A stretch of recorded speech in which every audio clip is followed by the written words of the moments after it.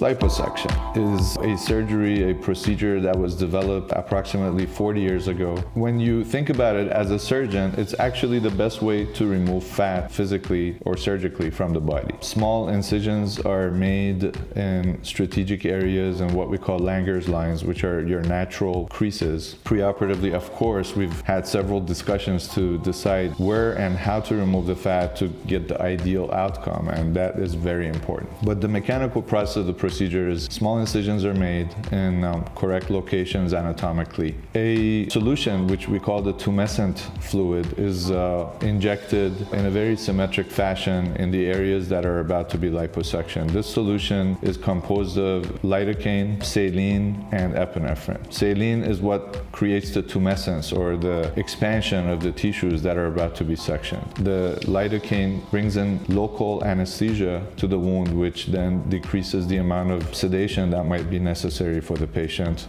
even though the procedure can even be performed with minimal sedation if adequate numbing is delivered with the tumescence. And the epinephrine will basically minimize bleeding. It will cause vasoconstriction, and there will actually, if done correctly, be very little bleeding during liposuction, if any. Several different cannulas can be used to perform liposuction. The process of liposuction is very important because it has to be done with someone who's experienced and certified to perform liposuction. And nowadays there are board-certified plastic surgeons performing this, as well as board-certified dermatologists who perform liposuction. It's very important to remove fat in symmetric fashion, to leave some fat behind in important areas where they will allow the skin to remain healthy and to look healthy. So a poor liposuction outcome is when respect for the underlying fat beneath the dermis is not present, and we can see that there's lumpy bumpiness. It's very important to perform all of these with skill, to use the correct cannulas. There's modifications to liposuction now that we can apply, such as thermal heating or laser or ultrasound, and these modify liposuction by allowing both fat removal and tightening of the subdermal tissues at the same time, which have some beneficial effects. The newest development with liposuction is what we do with the fat when we remove it. 15-20 years ago, plastic surgeons as a whole began to discover that the fat cells that are removed are actually living cells. After removing them, if done correctly, we can put them somewhere else. Fat grafting has now evolved over the past 15-20 years into a whole field of its own. Facial rejuvenation, facelifts are oftentimes done with fat grafting, facial augmentation. Liposuction oftentimes is also added to the process of gluteal augmentation or buttock augmentation, what we call Brazilian liposculpture. That now is in a stage where we're beginning to find risks associated with it and what is the best way to perform it, but it's still a very popular procedure. And thirdly, breast augmentation with fat grafting is also beginning to move forward into a more acceptable place in the field of plastic surgery.